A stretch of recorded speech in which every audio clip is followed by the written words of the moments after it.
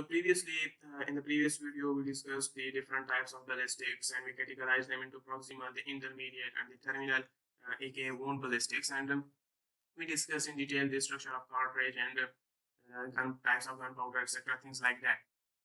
And after studying in detail the proximal ballistics, now comes the turn of intermediate ballistics. But this studying intermediate ballistics is beyond the scope of forensic medicine. It has no significance in medical legal studies. So we will kind of skip that and move on to terminal ballistics. And before moving on to terminal ballistics, there is a certain groundwork, a certain basis for you I would like to establish. And this groundwork is simply a simple 2-3 line mathematics. Some not a physical derivation, but just 2-3 relationships that to which you are already acquainted with. The relationship is like this. Like we know, for measurement we use different measuring scales like feet, meter, etc. So 1 feet equals 12 inches. And 1 feet also equals like 30 centimeters. And 1 inch equals about 2.5 centimeters. As we move on, you will see that why I told you to remember these. These are relationships that will help you in the coming slides. So moving on, terminal or wound ballistics, mechanism of injury. Injury sustained from discharge of firearms can originate from the smoke, the flame, the gases of combustion, and because they exit the barrel together with the portions of unburned, burning, and burnt propellant. Propellant is a $5 term for the gunpowder. Yes, you're correct. And other terms and other things such as the portions of cartridge. For example, the wadding. Wads are small disc-type materials in the cartridge of smooth-bore weapons like shotguns, for example. And then these wads, like for example, if that is a cartridge of a smoothbore or a shotgun, perhaps, then the wads here will separate the gunpowder here from the pellets in the upper roof. This is wad. And this whole structure is kind of stood kind of compacted in place by the casing of the cartridge. So the portions of cartridge, like the casing of the cartridge or the wads, etc., can also be found in the wound. And these things that come along the bullet will also cause their effects in the wound. And but they do not have the same range as of the bullet, so their effects may be present in close range wounds, but their effects won't be present in the distant range wounds. In the distant range discharges, for example, if the victim is situated far away from the assailant or far away from the weapons, and obviously smoke and flame won't be able to reach the body of the victim. So these won't be able to produce their effects. And smoke can travel up to smoke and gases of combustion. They can travel up to like 12 inches, which equals like 1 feet. And flame, since it's light, and obviously the range of light is always greater than this, and then the motion of some gas particle. So flame will show its magic up to 18 inches. And this makes about 1.5 or 1.5 feet. So in close range or contact discharges, all of these things will be able to reach the body of the victim.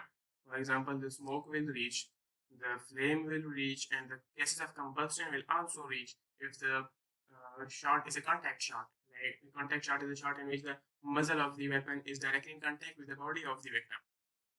And for example, if a shot is a distant shot, or the discharge is a distant discharge, then obviously these things won't be able to reach the body of the victim, so they won't produce their effects. So it is the effects of these different things that come along the bullet from the gun.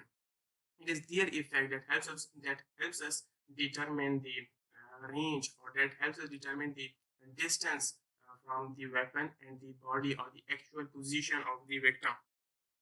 Now, broadly, we have classified the terminal or wound ballistics into wounds from the smoothbore guns and wounds from the rifled weapons. So, first we'll study the wounds from the smoothbore guns. Moving on, seeing what we have.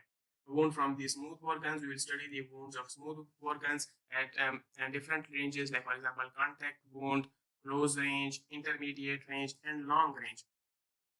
And we will see things like that. In the contact wound, there will be the shape of the wound will exactly resemble the muzzle.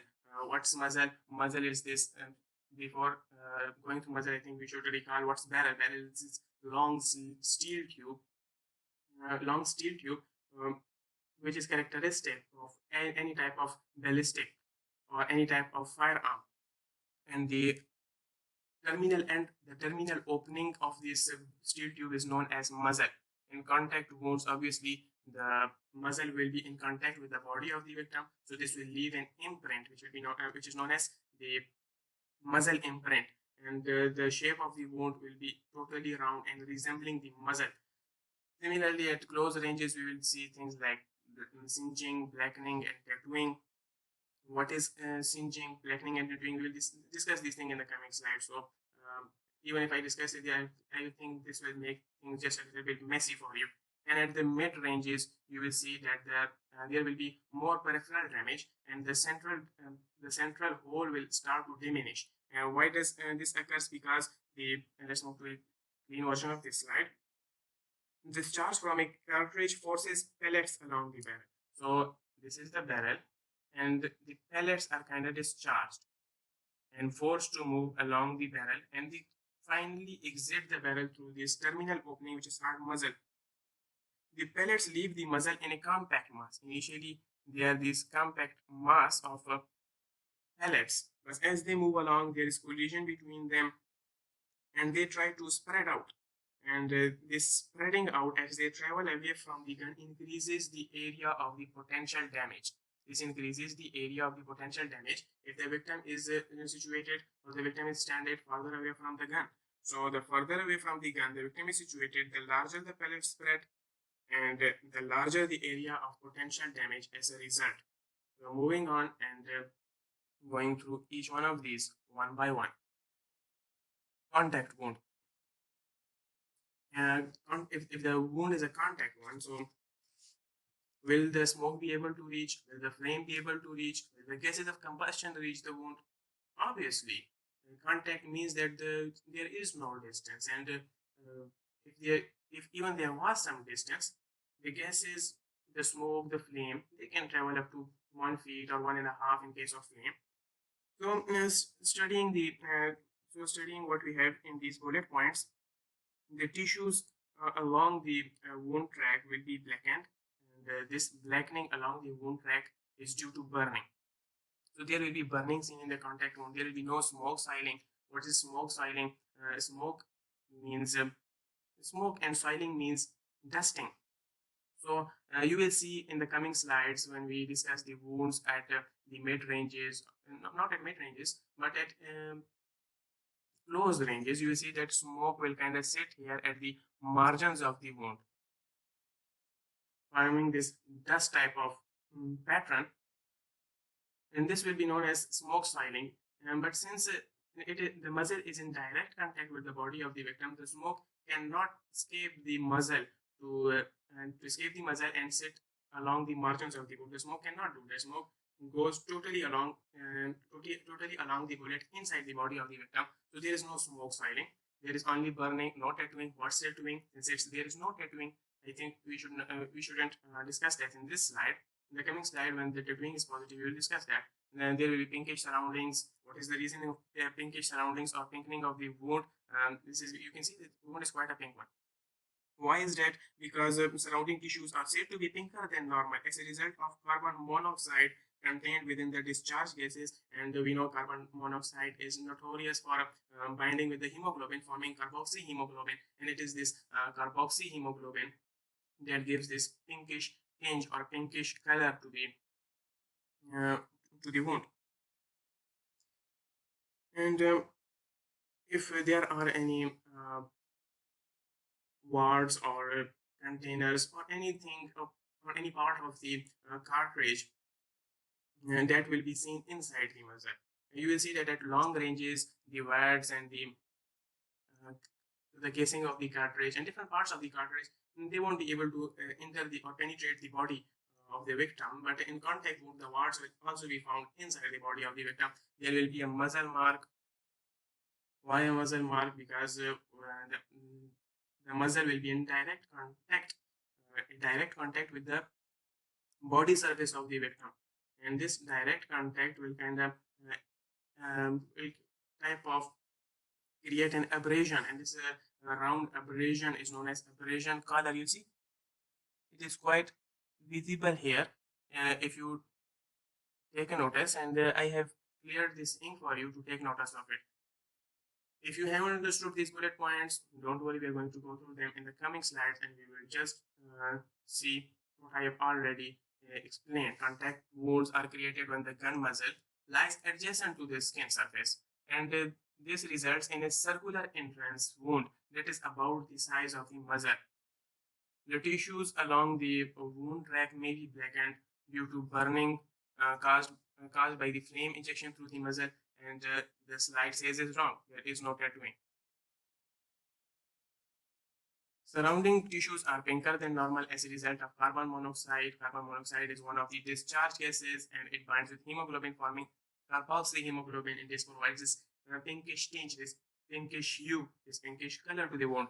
And there is a narrow circular rim of abrasion caused when the gases discharged enter through the wound and balloon the tissues outward so that the skin gets pressed against the muzzle. This creates something known as the abrasion color. I think the last bullet point I haven't explained the way I should have. So let's suppose here is a body surface, and here is the barrel and the muzzle of a firearm, a pistol perhaps. So when the firearm is discharged, this creates hole in the body surface, and gases of discharge enter the body. When if that is the pistol, and when the gases of discharge enter the body will the surface of the body will swell up, balloon out, and this ballooning out, the swelling up of the surface of the body will force the skin to friction across the muzzle. This will create abrasion. So let's go to this last point here again. There is a narrow circular rim of abrasion caused when the gases discharged enter through the wound and balloon the tissues outward so that the skin gets pressed against the muzzle. This is known as abrasion mark. That's all about the contact wounds, and now we'll go to close and discharges. At close, a close discharge within a few centimeters of a skin surface will produce a wound with quite a similar appearance to the contact wound, but since the muzzle gases can escape, there will be no muzzle mark. Obviously, if muzzle gases escape, so there will be no ballooning out of the body surface. There will be no friction of the muzzle with the skin of the victim, so there will be no muzzle mark. And since the gases have already the gases have already escaped, so no carbon monoxide to play with hemoglobin, forming carboxyhemoglobin. And there will be smoke swirling. You see these blackish dust type of material. This is all smoke. And how do we know it's smoke?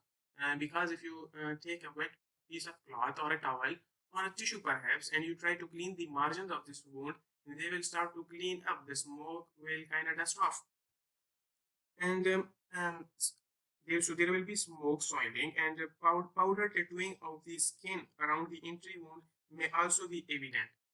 You see these small pinpoint marks, these petechial type of marks. These are not actually hemorrhages, so petechiae will not be a good term to use here, but these are pinpoint marks, pinpoint black marks, just like the petechiae are pinpoint hemorrhages. So what is a tattooing? Tattooing results from burnt and burning flakes of gunpowder. So the burning gunpowder causes these pinpoint burnings of the skin. This is known as tattooing. And what singeing and clubbing, I think we should leave that for the next slide. And warts and parts of the cartridge, yes, they will still be seen inside the wound, just like as we previously discussed in the contact wounds. So moving on and reading what we have just gone through. A closed discharge within a few centimeters of the surface will produce a wound with a similar appearance. But there is no room for muscle gases to escape. Sorry, there is now room for muscle gases to escape, so there will be no muscle mark. And more smoke soiling can occur, and the burning of skin. The burning of skin is known as tattooing. And there will be singeing and clubbing of melted hairs. What is singeing and clubbing? Singeing is a term we use for the burning of hairs, and the burning of hairs make them wrinkled and curved type. This curving and wrinkling of the hair as a result of burning is known as clubbing. So singeing is burning of hair, and clubbing is its curving as a result of burning. There is also very common powder tattooing of the skin. There is also very common powder tattooing of the skin around the injury wound. This tattooing results from burnt and burning flakes of propellant. Propellant is a $5 term for gunpowder. These cause tiny burns on the skin that cannot be washed off. As the contact discharges, warts will generally be found inside the wound. How do you differentiate between the smoke soiling and the tattooing? Tattooing cannot be washed off because tattooing is not just sitting there on the same surface. Tattooing is actually the pinpoint burnings of the skin, and you can never wash off or dust off burns. That's all about the wound characteristics of wound at close ranges. Now move on to intermediate ranges.